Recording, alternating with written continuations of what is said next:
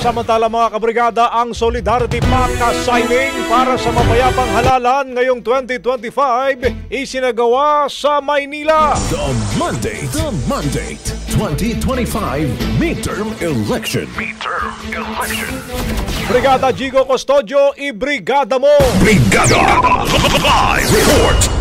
Lumagdan ng Solidarity Pact at nanumpa ang mga kawani ng iba't ibang ahensya ng pamahalaan sa lungsod ng Maynila para sa mapayapa, tapat at patas na halalan sa darating na May 2025. Ginanap ang seremonya sa MPD Headquarters sa Maynila.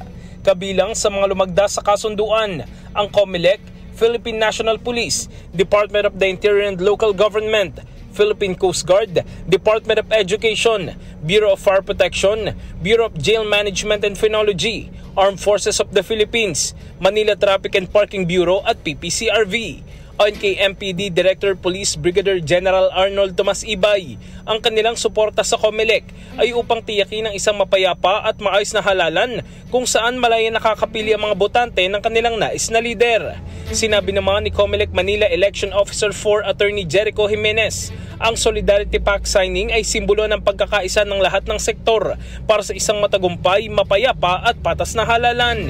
Tiniyak naman ni Ibay na magiging patas at walang kinikilingan ng kapulisan sa darating na halalan. In the heart of changing lives, ito si Brigada Jigo Custodio ng 105.1 Brigada News of Manila, the Music News Authority. Ang bahaging ito ay hatid sa atin ng Standout ES4 Capsule. Simulang tuparin ang pangarap ng iyong anak. And stunting now,